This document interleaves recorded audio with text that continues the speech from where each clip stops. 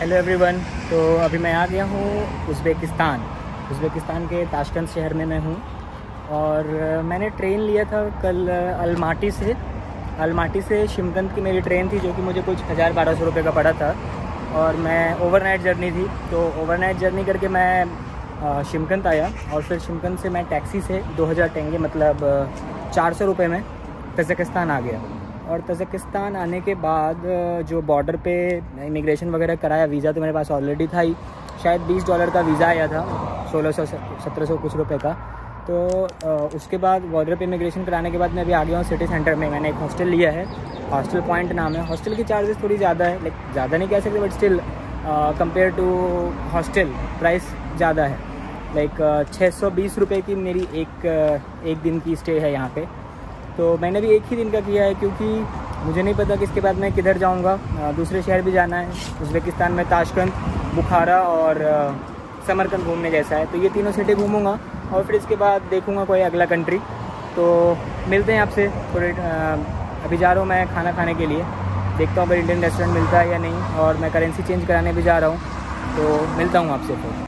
ये देख सकते हैं आप ताशकंद का जो स्ट्रीट है, काफ़ी सुनसान सा कहूँ या मैं, या फिर साइलेंट कहूँ, पता नहीं।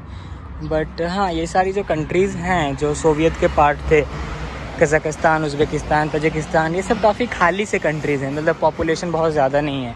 अभी आपको पता ही है कज़ाकिस्तान का एरिया कितना ज़्यादा है और पॉपुलेशन कितनी कम है। तो उसी हिसाब से उज़्बेकिस्तान भी काफ़ी बड़ा है और पॉपुलेशन काफ़ी कम है यहाँ पे। बट जो घर वगैरह हैं ये सब थोड़े अच्छे दिख रहे हैं।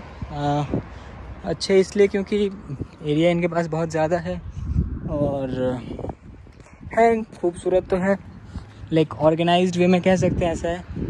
बाकी कुछ खास नहीं दिखा है मुझे अभी तक, तो नॉर्मली है बस।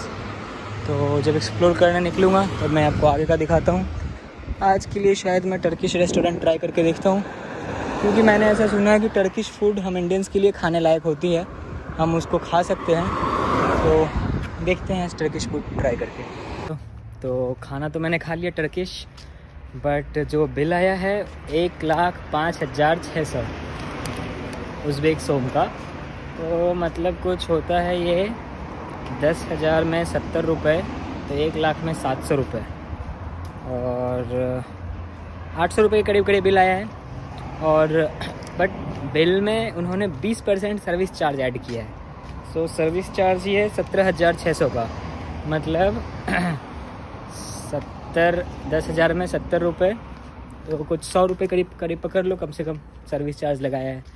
तो आगे से ध्यान रखना पड़ेगा कि सर्विस चार्ज कम से मैक्सिमम 10% होने चाहिए, बट यहाँ 20% लगा रहे हैं, तो आगे से ध्यान रखा जाएगा। तो हेलो एवरीवन।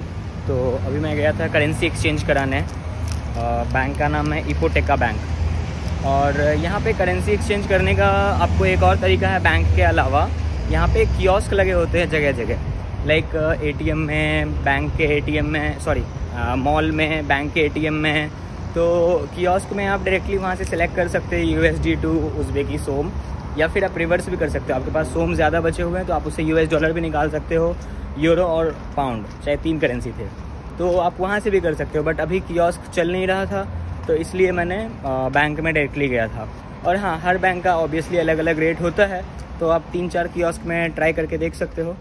बट मैं डायरेक्टली बैंक गया था, तो मुझे उसी बैंक के कियोस्क के कंपेयर में मुझे 50 सोम ज़्यादा दिया बैंक ने, जब मैंने बैंक के कैशियर से लिया। और अगर मेरा कियोस्क से विड्रॉ हो जाता तो मुझे 50 सोम कम मिलते, हालांकि 50 सोम इज़ नथिंग।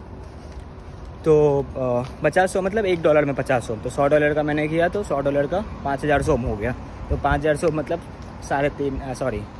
1,000 सोम 7 रुपये होते, तो 35 रुपये का फ़र्क पड़ा।